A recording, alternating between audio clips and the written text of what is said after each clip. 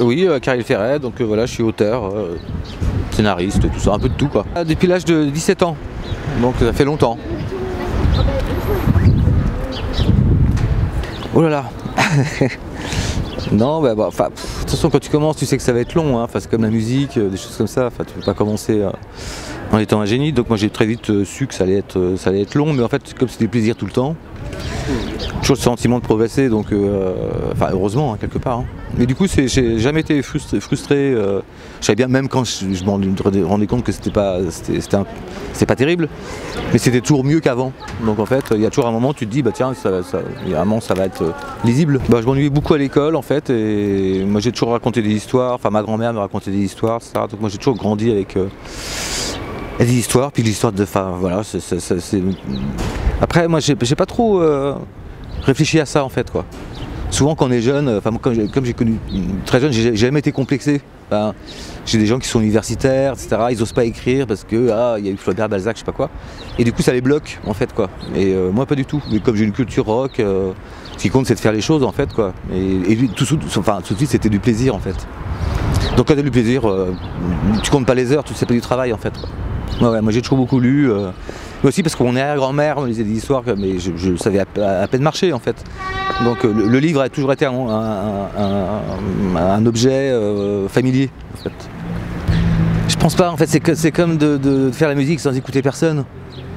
Et les seules personnes, j'ai rencontré beaucoup d'artistes on va dire, ou de gens qui ont fait divers métiers, etc. quoi, et notamment des musiciens, et puis il y en a 2 ou 3 qui voulaient écrire, et j'ai dit mais tu lis? Il me dit ah non, j'ai pas le temps, ou je prends pas le temps et tout. Mais je dis et en fait ils ont jamais rien écrit. Parce qu'en fait, écrire des chansons c'est une chose, mais écrire un roman par exemple c'est complètement différent. Et on se nourrit de tout en fait quoi. Bon quand j'étais jeune, Jack London, tout ça, mais vraiment adulte, c'était Philippe Jean dans les années 80. Parce qu'il avait vraiment une écriture hyper moderne pour l'époque.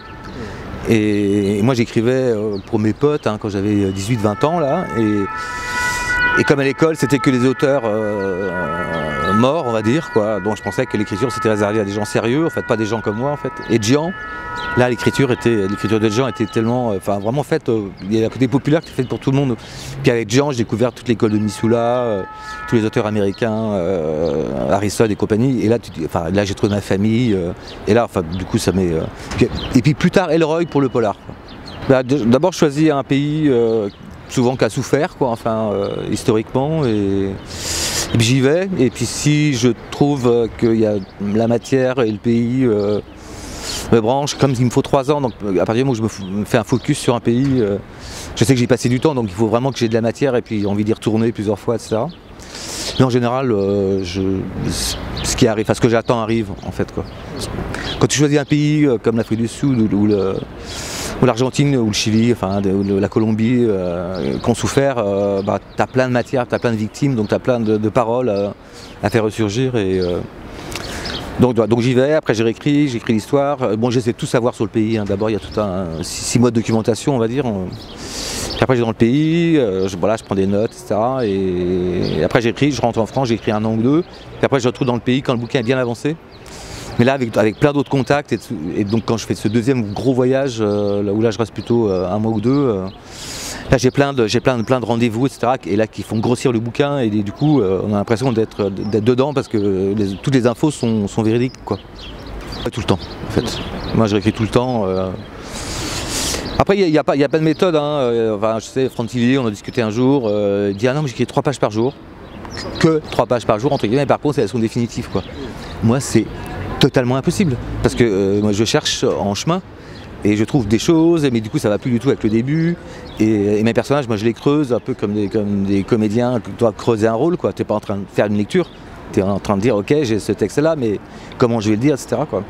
Donc ça moi ça me prend beaucoup de temps en fait, donc c'est pour ça que j'écris, il faut souvent 3 ans quoi, 2-3 ans. C'est souvent des rencontres en fait, des gens que j'ai rencontrés sur place qui m'inspirent des choses, alors c'est pas eux, mais des traits de caractère ou des choses comme ça en fait. Mais souvent je me sers quand même beaucoup de l'histoire du pays. Et donc il faut que je trouve toujours un enquêteur qui soit journaliste ou qui soit détective ou flic, pour qu'il me donne de la matière pour pouvoir parler du pays. Donc c'est surtout aussi les victimes que je choisis, pour qu'elle me donne sociologiquement, historiquement de quoi parler, quoi.